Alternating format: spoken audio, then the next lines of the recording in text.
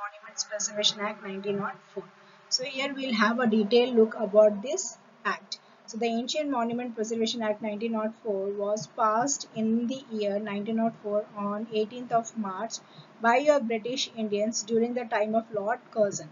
So this act was introduced by the Archaeological Survey of India in order to preserve and protect the ancient monuments available in India. So in this we are having so many different terms and conditions. So first one is short title, extent and commencement. So short title, extent and commencement, this is comes under your section 1950 under your subsection 2 only for the preservation of ancient monuments, and this is extend only to whole of India except your Jammu and Kashmir. So next here we have a number of definitions which is a part of your Preservation Act, and we'll see these definitions one by one. First one is what is actually an ancient monument. So an ancient monument means it may be any structure or it may be any place of interment or any cave or a rock sculpture which may be a part of your historical, archaeological, or it may be a part of your artistic interest, or it also includes your site of any of your ancient monument, portion of land adjoining to the site of ancient monuments. So this also means access to and convenient inspection of an ancient monuments. The next definition is antiquities. So it includes any movable object which comes under your section 1937 by the government, and this is under the rules and regulation of your central government. It means that the reason of their historical or archaeological association may think it is necessary to protect against injury, removal or dispersion. This means that in order to maintain or preserve our natural or ancient monuments, we have to frame certain rules and regulations so that the tourists or the people who are coming to those places, they should not do any of the harmful things to the monument. So it is something which protects against the injury or dispersion to the ancient monuments. The third one is commissioner. So commissioner is any person who is a legal authorized officer appointed by the central government, and he performs all his duties in order to protect and preserve the ancient monuments. Fourth one is maintain and maintain it. So this includes any type of fencing which covers the ancient monument site or location, or it may be to the land, or it may be to cleaning, repairing and restoring the ancient monuments. For example, as we all know, the Taj Mahal is one of the ancient monument, and in order to maintain Taj Mahal as it is, the government is taking initiative to always have to inspect the Taj Mahal, so that if there is any damages, they are maintaining and repairing it. So whatever the activities are done in order to protect your ancient monuments comes under the definition of maintain and maintenance. Next, fifth one is land. So this includes a free revenue state, it may be a paying state, or it may be a permanent transferable tenure which is subject to encumbrance or not. So land is some place where it is a location of your ancient monuments, and that lands belongs to the part of the ancient monument building. Next, sixth one is owner. So owner is a person who is having the power of management. So maybe he by himself or other with other joint owners, he is the one who's taking care of that ancient monuments. So that owner may be by a person by himself, or it may be with a joint other owners, or it may be a part of any of the trustee. So all these peoples are comes under your central government, and central government has given each and everyone clearly their part of responsibilities and has framed rules accordingly. So third point is protected monuments. So this protected monuments is a part where this is given by the central government along with your local government. So here LG stands for your local government. So this is something which is certified by the official gazette, and it is a type of declaration of documents which provide that this site or this building is under the ancient monument, and this building we have to protect and preserve under the section 1904. So second point under this is the copy of this notification under your subsection 1 is has to be published in order to make sure that other person should not make any harmful damages to that ancient monument. So once government or gazette officer declares any site or any building as an ancient monument, after that gazette officer signature, this document has to be made as a publication, and this is known to all general public that this site or this place is from so and so date, it is under the Ancient Monument Preservation Act. Then third point under this is, once the said period is expired, after that there shall not be any confirm or withdraw the notification. For example, I'll give you an example of this. As we are born, we have to get our birth certificate. But in case if we are not getting our birth certificate and we apply it after 10 years or 5 years, we will get the birth certificate. But that birth certificate we have to get officially from the court. So once we'll get our birth certificate, that birth certificate is issued in the newspaper mentioning the name, age and date of birth of that person. If there is no objection given under the stated date, then that birth certificate is issued to the concerned person. Same wise, whatever the monuments is available, if government is giving them as a notification and making that as official purpose of maintaining and protecting your ancient monument, it means that those site or those monuments should not be used by any other local people. It is governed and maintained under the government, and that notice should be given for a specified period of 1 month. So within 1 month, if there is no objection on that notice, then it is confirmed that that place belongs to government and it is under the Preservation Act of your 1904. Then next is acquisition of rights in or guardianship of an ancient monument. So here the local authority, that is we called as collector, he is the person who is in charge or he is called as the guardianship in order to maintain and take care of such ancient monuments. He may either purchase or he may lease those monuments in order to protect and maintain those. So he may be called as a owner, and that owner has to be, it is given in the terms of agreement.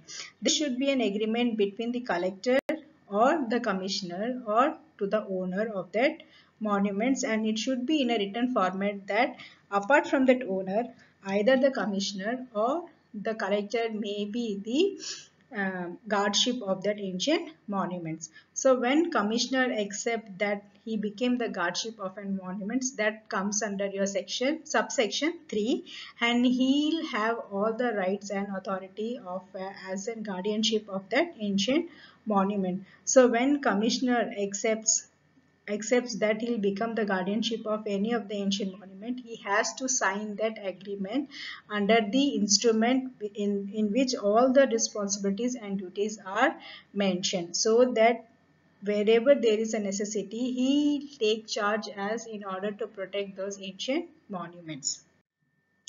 The next is preservation of ancient monuments by agreement. So here collector, along with the roles and responsibilities of your central government, enter into an agreement with the owner in order to preserve any of the protected monuments in under his district. So his authorities and responsibilities are liable within his own district only. He cannot extend his liabilities or duties in any other district. So whatever the agreement is framed, whether it may be included any expenditure or something else or maintenance charges, everything is under the responsibility of the collector. So once he takes the custody of that monument, it is a duty of that person to be employed any other person, so that those persons will watch and take care of that ancient monuments.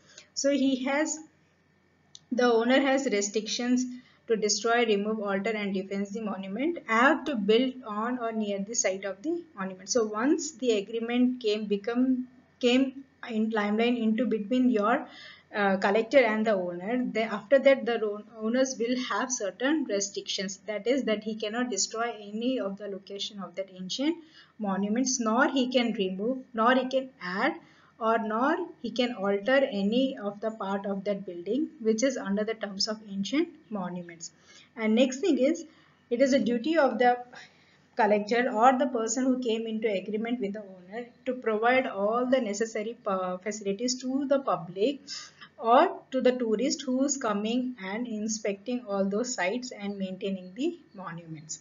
The next is, if anything is happening or any other people, or if the owner himself is making any of other site on the same land which is situated along to the ancient monument, then it is a responsibilities of the collector to take that into the notice of the government, so that the specified portion of the land should be purchased by the government and it should be given in the terms of market value.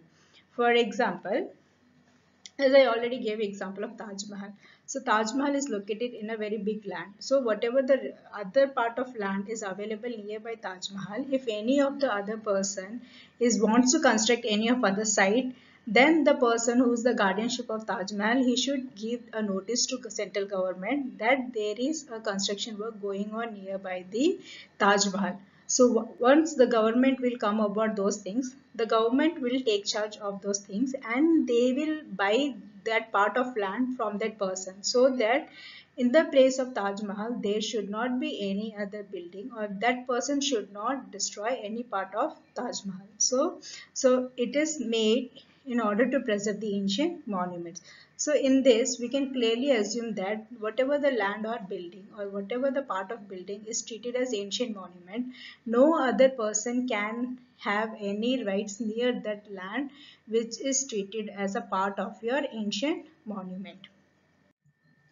Then in this, next is whatever the expenses incurred by the owner in order to maintain that ancient monument, all those expenses should be governed or should be undertaken by the central government. So as we know that the government here is a proprietary and they have the rights in order to measure the expenses incurred in order to maintain that ancient monument. So whatever the expenses is occurring here, so government has to invest that money as a part of proprietary of that ancient monuments. Here proprietary means the original owner. Next is, in order to, if there is any dispute arising in the agreement, it may be between the owner or the commissioner or the collector. So it is the responsibility of the central government to decide and close that dispute arising on that agreement. If there is no proper subject of agreement between the owner and the central government, then it is treated as omission of your agreement under subsection 3. The next is, if the owner wants to alter anything or wants to sanction any other new part, he has to make an agreement and he has to given that agreement to the central government. So once the owner give consent, that is the proprietor. Here the proprietor is your central government. So once the central government gave consent, then only the owner can alter or sanction anything extra in the ancient monument building. So this notice should be given to collector in terms of before 6 months. So the notice for this agreement is a 6 months duration. In case if there is no notice given for 6 months, then the collector may terminate an agreement. So termination means he can end that agreement with the owner. So once the owner may also terminate the agreement by giving a 6 months notice to collector. If the owner doesn't want to a part of work with the collector, then he can terminate the agreement by giving a 6 months of notice in prior to inform collector that he is not interested to protect or preserve that ancient monument. Then next is, if the agreement is shall be binding, or any person claiming to be owner of that monument to which it relates solely, or under a part of whom or on whose behalf the agreement was executed. So here the owner may be any person. It may be any person, but that person should be the one who is binding and responsibility of that ancient monument. He should have to provide all the legal documents declaring that he is the owner of that ancient monuments. So whatever the rights here is given, that rights all are given by the central government. So it may be in order to expenses, it may be protecting, or it may be preserving. So whatever the terms is coming under here, all those rights and responsibilities are given by your central government. So all these terms shall not affect the termination of agreement under this section. So if an agreement is getting terminated, because of that termination, all these factors should not be get affected. Then sixth one is owners under disability or not in possession. So if a owner is unable by reason of infancy or any other disability to act for himself, the person legally competent to act on his behalf may exercise the powers conferred upon an owner by section 5. So for example, here I'll give you example of a minor who has not attained the age of 18. So in that case, the legal guardian of that minor will discharge or will take over all the roles and responsibilities till the minor become your major. So here is this case is also similar to that. Here is if the owner is unable or he is having any of the disability, in order to act himself as a legal person of that ancient monument, he can extend or he can share his powers to other confirmed person under the section 5 of Ancient Monument Preservation Act 1904.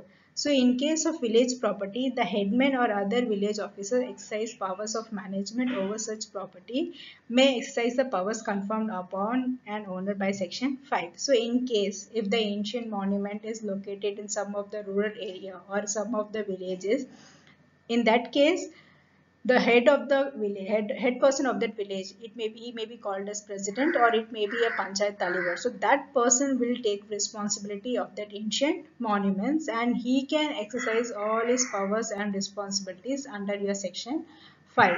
So here I'll give you example of this. There are so many temples who is built in the era of your kings or emperors. So many of those temples are situated in some of the rural areas. So people don't know who has built those or who's the owner of that particular temple. So in that case, the local authority gave responsibility of that to the village president. So he is the person who will undertake all the roles and responsibilities.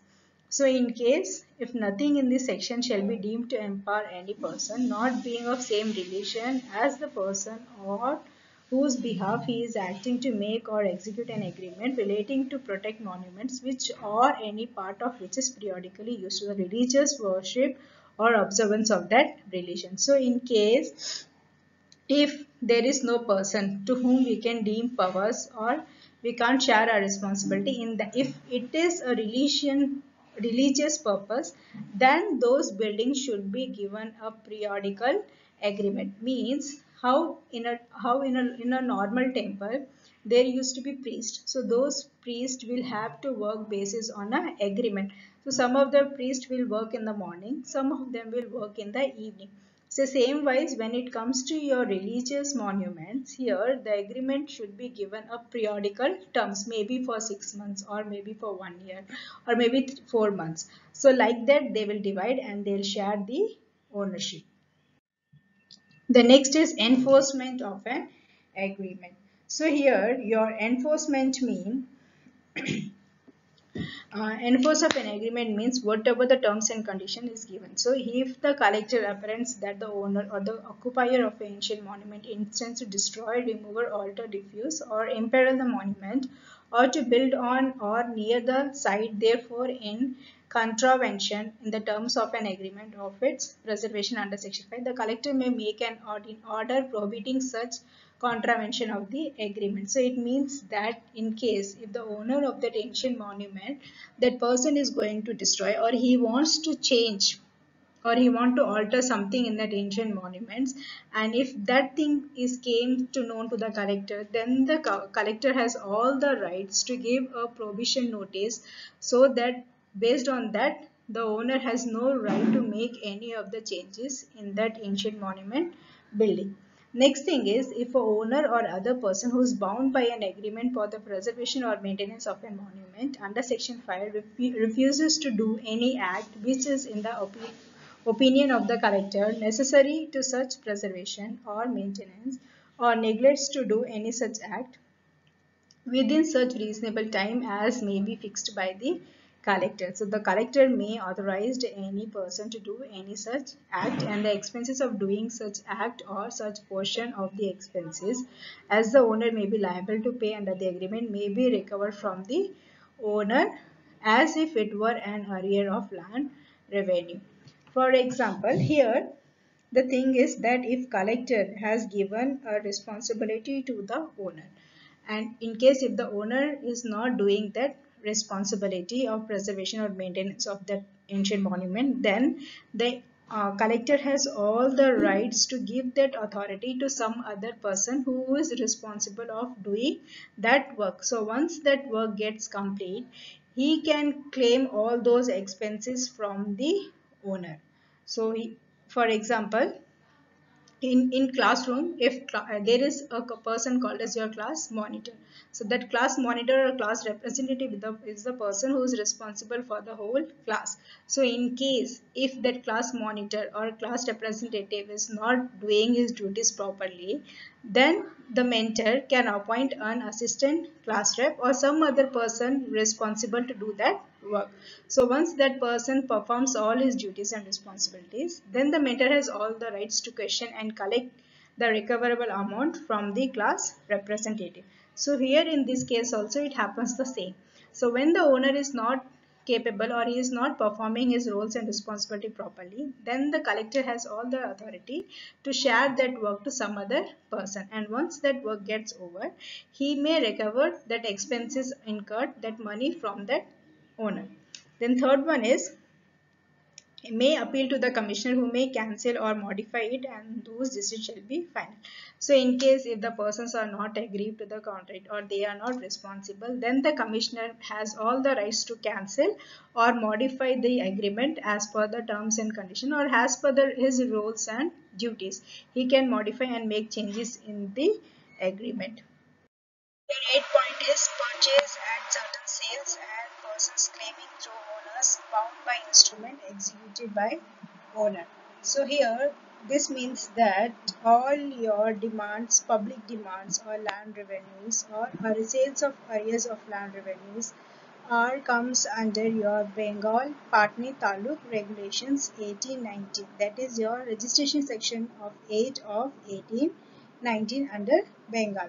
So in this respect, according to your section 4 and section 5, whatever the claims we have to come in the form of arrears are to be collected. So first I'll tell you what is arrears. So arrears is a financial and legal terms that refers to the state of payments in relation to their due dates. The word is most commonly used to describe an obligation or liability that has not received payments by its due date. For example, as we all know that we are buying, some of us or many of us are buying products on EMI basis. So for example, if we are not paying EMI for the current month, it means that EMI will be, along with the interest, it will be charged on the next month. So in case the person who has not received the payment for the EMI, that is called as your arrears. So here the sales for arrears of land revenue means, it means that it is a location for the ancient monument. So whatever the locations we are having nearby or on which land the monument is established, that comes under your section 4 or section 5. So if any person is claiming that title owner of that ancient monument, he has to execute all those proofs in the form of instrument, and he is bound by such instrument. So once he produces all the legal documents fully, he can claim that sales of arrears of land revenue.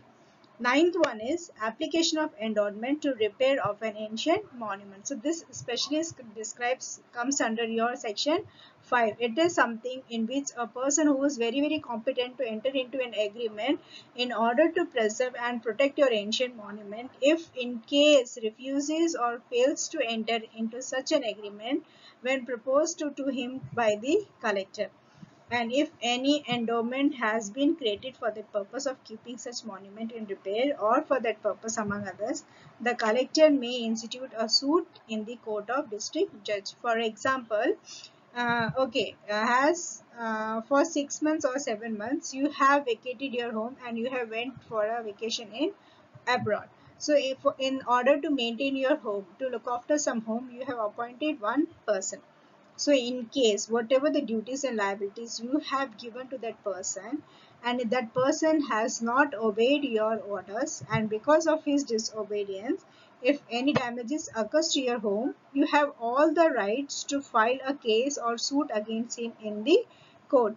Same wise, when it comes to your preservation of ancient monument, here the collector has all the rights to file a suit against a person who is responsible in order to maintenance, repair and taking care of that ancient monument. If that person has not given or has not obeyed the rules and regulations framed by the collector, then the collector will file a case suit against him in the district judge. So on the date of hearing, according to your subsection 1, the district judge may summon and examine the owner and any person whose evidence appears to him necessary. In case if that person is having any type of evidence and proof of document with him, it is a responsibility of the district judge to examine all those documents before giving the orders or before executing the judgment, order or decree of a civil court. Here the judgment is called as decree of a civil court. 10th point, compulsory purchase of ancient monuments. So when it comes to protection of ancient monument, instead of being destroyed or getting injured, the central governments will make a plans to for the provision of land acquisition. So by way of doing such, they are helping us to preserve or protect the monuments for public purpose. So here the powers of a compulsory purchase confirmed by a section 1. So whatever the powers of buying an ancient monuments is given in the subsection 1, all those rules and regulations have to be followed properly. All the ancient monuments, whether it may be part of your periodical or religious observations, are should be followed properly. Any monument which is the subject of a subsisting agreement executed under section 5. If any of the ancient monuments comes under your section 5, that is your Bengal Taluka Act, that rules and regulations have to be followed. In case if any other powers comes under your subsection 2 of purchasing or shall not exercise any other person competent enter into an agreement, all those have to be filed under your section 5. Within reasonable period, the collector have to, on his behalf, he has to enter into an agreement and he has to terminate or give notice to government who is not eligible to taking care of that ancient monument. So here it is all the responsibilities is avail on the collector. So he is the one person who is having a direct contact with the central government. So before entering into any of the agreement, he has to go through all the documents necessary to exercise his power in order to purchase the ancient monument. So once everything is clear, if he can, then he can enter into the agreement. If it is not clear, he can terminate the agreement by giving a notice of that agreement. 10th 10th A.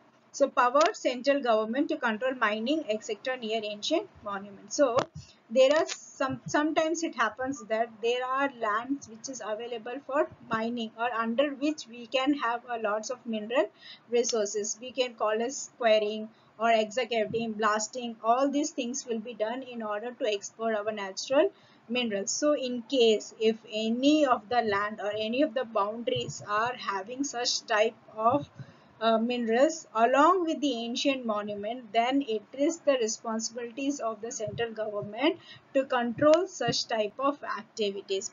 So all the rules made by your governments are should be published previously, so that the people should not get any type of mining or quarrying work nearby ancient monument preservation lands. or in case if they are doing such things, the authority has to get the license for the granted of carrying on of any of the such type of operations. So all these terms comes under your subsection 1. So once the owner of the land satisfied all the required documents, then only they can get approval, or the government will grant them permission to carry on such type of operations. In case if they are not having any documents along with them, then they cannot exercise any type of such type of activities nearby the land where there are monuments comes under your government control. The 11th, maintenance of certain protected monuments. So here the commissioner has to exercise some of his roles and responsibilities under the government, in which he has to maintain some of the monuments which comes under your section 10 or section 4. So when a commissioner accepts the guardianship of such type of monuments under your section 4, he has to propose of maintaining such monuments. Here he has to he has to make himself reasonable in order to um, get maintenance of the ancient monuments. Here he act as a agents or subordinates or and as a workman for the purpose of inspecting the monuments. So here it is a responsibility of the commissioner to go through whether the working procedure is going correctly, whether the maintenance and other clearing work is going properly in order to preserve or protect your ancient monuments. 12th one is voluntary contribution. The commissioner have to give voluntary contribution towards the cost of maintaining a protected monuments. So for example, if in case any of the damages has happened to the ancient monument and it has to be taken care, in that case whatever the expenses is coming or whatever the cost is incurred in order to maintain such monuments, that cost a commissioner should contribute from his side voluntarily. Once he claimed that after from the orders from the management and the application of any funds so received by him, so whatever the funds in case he is receiving from the management or from the government side, all those records should be maintained by him properly, or else if he is contributing something from his own pocket voluntarily without any government order, all those contributions have to be recorded properly. Protection of place of worship from misuse, pollution, or desecration. So, in case if any of the place of worship or shrine are maintained as your ancient monument, all those places should be maintained by the government under the Preservation Act of 1904. So, in under your section 4, in case a collector purchase or take lease of any of such type of monuments, or where a commissioner accepted the guardianship of such type of monuments, it is the responsibilities of those persons to take periodical action over whenever a religious workshop is happening, whether it is a religious workshop or observation of any of the community. So it is a responsibility of the collector to give due provisions for the protection of such type of monument, so that when people comes for religious purpose, the place should be neat and clean. It should not be polluted by the humans. So all the necessary things should be taken by the collector. So if in case if any of the conferences or concurrences of persons in religious charges are prohibiting any of the rules and regulations made by the collector, then they can take necessary action on behalf of the government. 14th one is relinquishment of government rights in a monument. So relinquish means it is a deed of simple and easy to understand. So relinquishment deed is a legal document wherein a property owner transfers or releases his legal rights of the property in the name of some other person. So here relinquishment means if the owner of any of the ancient monument is transferring his rights to some other persons.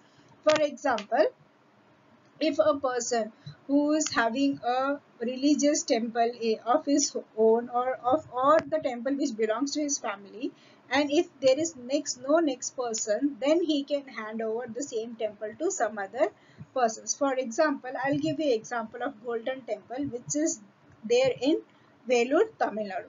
So now the temple is maintained by the priest of that own land. So he is the owner of the temple. So now there is no legal hire instead of that priest. So once the priest will die, he will hand over that property to the government. So where the owner is transferring his rights of property to one person to another person, that process is called as relinquishment of rights. So here also it happens same when a person or owner is transferring his land, or if he sells or lease or gift the ancient monument to government or to some other guardianship of that property, that is called as relinquishment of government rights in a monument. Is right of access to certain protected monuments. So here, whatever the monuments are maintained by your government, all those monuments should be published in order to make the public aware of such monuments. So it should be done by either by your local governments or by your central government. So in such cases, all the general public have all the rights to access to such type of monuments which is maintained by your government. In case if any of the monuments are not following the rules and regulations, or if there is any breach of agreement regarding your ancient monuments, then that should be treatable as a punishable along with your fine, which may be extended to your 20 rupees. So all these penalties are comes under your subsection 1 of Ancient Monuments Preservation Act 1904. 16th one is penalties. In case if any persons other than the owner of that ancient monuments destroys, removes or alters anything in the protected monument, and when it comes to the knowledge of the owner, they, or without any agreement, if that person has executed such act, it is offensible under your section 5 and section 7. So under these acts, the person is punishable with a fine of 5,000 rupees or a imprisonment of nearly 3 months, or in some cases if the person has done something very serious damages to your ancient monument, then in that case he has to pay the fine as well as he has to undertake the imprisonment for the 3 months. 17th one is power to central government to control traffic in antiquities. So in case if central government has all the rights that are being sold or removed in order to protect the ancient monuments, in case if any of the ancient monuments is belong to the neighboring country of India. In such cases, if the official gazettes have prohibited or restricted such type of land or usage of seas or land area, and in case if any of the person is using all such things, then without any notification, the government can take any part of action, and that will comes under your subsection act of 3 of 1951, in which territories for the time being compromised with Part A states and Part C states. So here if any person is prohibiting any of the rules and regulation or attempts to bring or take any of antiquities from the neighboring country or from the border of India, he is punishable with 5 years of imprisonment, which may extend in order to paying fine in the terms of money also. For example, in movies and all, we can see that there are type of smugglings in which the ancient type of statues are stolen from one country to another country illegally. So here also it comes the same. If any of the person is doing any type of illegal activity, whether it is within the country or to the border of or to the territory of any of the country or the border of India, then the government can take any type of actions on him in case if he is liable to that offense. And in some cases even the police inspector or sub inspector, according to the rules and regulations framed by the local government, can take any type of actions on all those persons.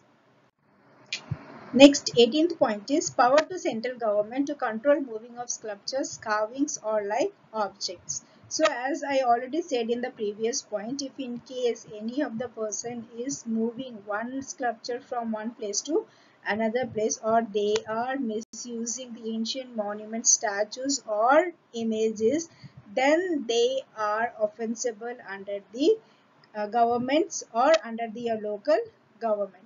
That person should be punishable by way of giving imprisonment under your subsection 1 with a fine of rupees 500. In case if the owner of the property proves satisfaction that he has suffered any loss or damages because of any other person, then that person are liable under your punishable act. So if the owner of any of the ancient monuments file complaints about any of the persons about damaging or moving or sculptures or carving any of the ancient monuments, then that persons are eligible to be punishable. So he can be punishable either by exempt such property from the said notification, purchase such property if to be movable or at its market value, pay compensation for any loss or damages sustained by the owner of such property if it to be immovable. So in case whatever the damages a owner of an ancient monument has gone through, that loss has to be compensated by the person. 19th one is purchase of sculptures, carvings or like objects by the government.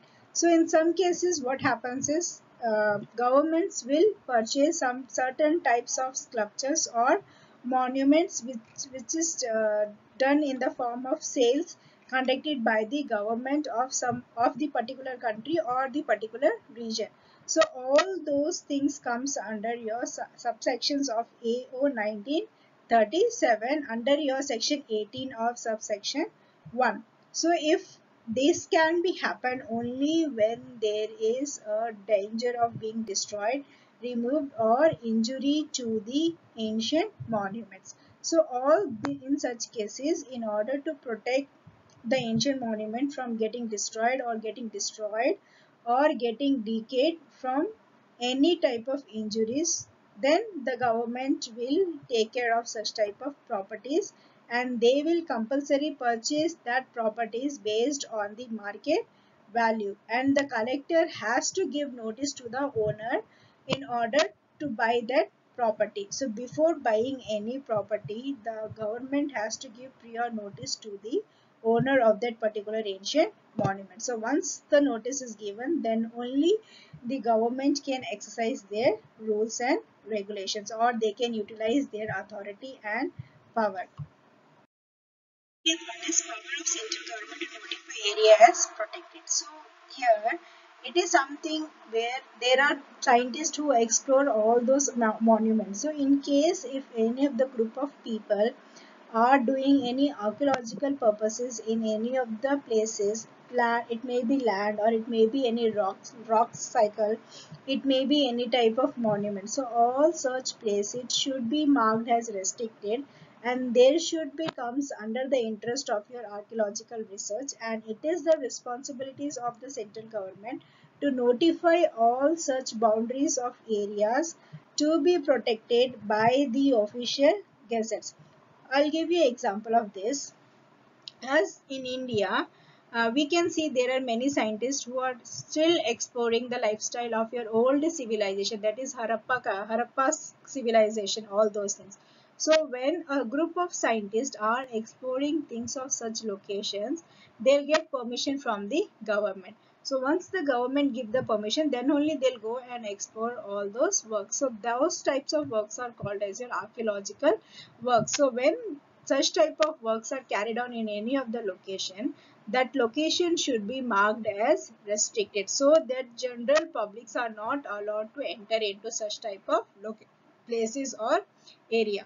So when government gives permission for such type of activities, so it is the responsibilities of the government to give a legal notice to the official gazette so that they can declare that area as a protected area.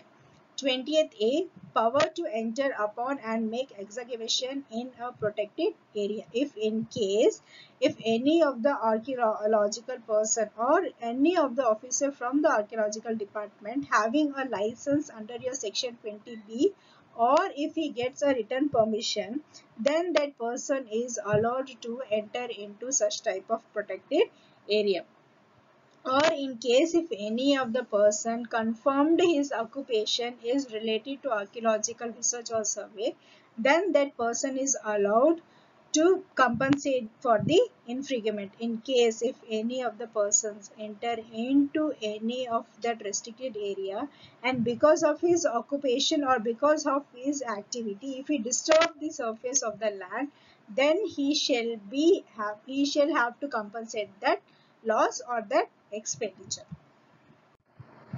20th B, power of central government to make rules regulating archaeological excavation in a protected areas. So wherever archaeological research work is going on, the government has given certain powers and regulations. So we'll see this as one by one. First one is the central government may make rules under your official Gazette of India 1934 para 1103. So here the central government is the only persons who will frame rules and regulate such rules for the archaeological excavation in the protected area. So whoever the prescribed authority is got the license, they are the only persons who grant permission in order to go and explore such type of areas only for the purpose of archaeological. If any person who is getting license or who is getting granted license, that should be regulated by the central government, and that such type of license should be taken care for the security purposes. In case of any of the prescribing, the manner in which antiquities found by the license shall be divided between the central government and the license, generally to carry out the purpose of section 20. So in case if any of the emergency of doing any archaeological research, in such cases the rights of license may be divided from one person to another person. So all such rules are made especially in order to protect that area from the general public. In case if any of the person is committing any disobedience of the rules and regulation of he, or if anyone is having committing a breach of rules and regulation, then his license should be cancelled and he will be punishable with a fine extend to rupees 5,000, or further if any of the agent or servant is doing any breach of contract for that archaeological research, then their license are to be punishable under the act. 20C, power to acquire a protected area. In case if central government feels that any of the land or any of the monuments available in any of the state should be maintained or preserved as an ancient monument, then it will give his rights to state government to take care of such type of monuments and acquire such land under your Land Acquisition Act of 1894. So all those monuments or land which is considerable to be ancient monument by the central government, that central government's rules and regulations should be confirmed by the state government, and state government will take care of such type of ancient monuments. 21st, assessment of market value or compensation.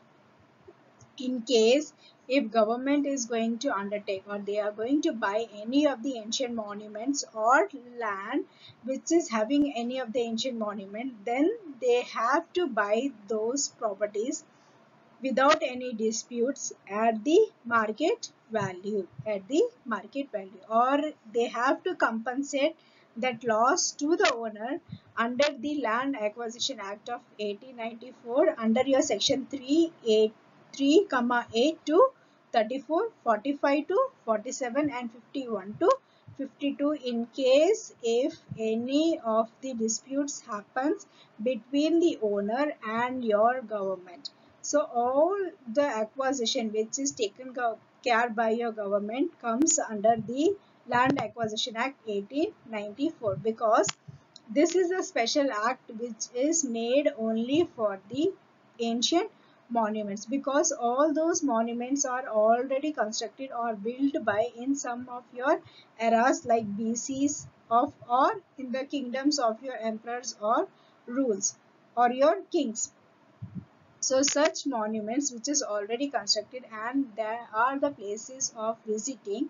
So when government undertake all such lands, they have to take it, they have to take that by the market value. In case if the land is already purchased by your collector or any of the commissioner, then they have to give the compensation of that ancient monument to the control person. 22nd is jurisdiction. So a magistrate is the third person who shall not have the jurisdiction to try any person charged with the offense against this act. So in case if any of the person is doing any of the offense under your Preservation Act of 1904, that should be punishable only by the magistrate. 23rd, power to make rules. So this the whole rules is carried on under this act are maintained by your central government. So this rules and regulations made by your central government should be followed with strict conditions, and all these rules should be previously published so that the public can be aware of such type of rules and regulations. And the last 24th point is protection of to public servants acting under.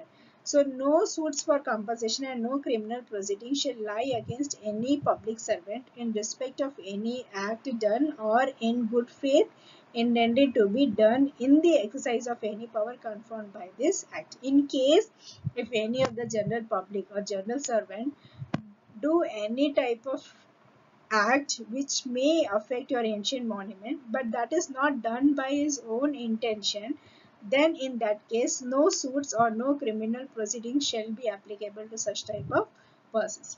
So this is for the whole of this Ancient Monument Preservation Act 1994. We'll soon be back with your next topic. So this is for the day. Thank you.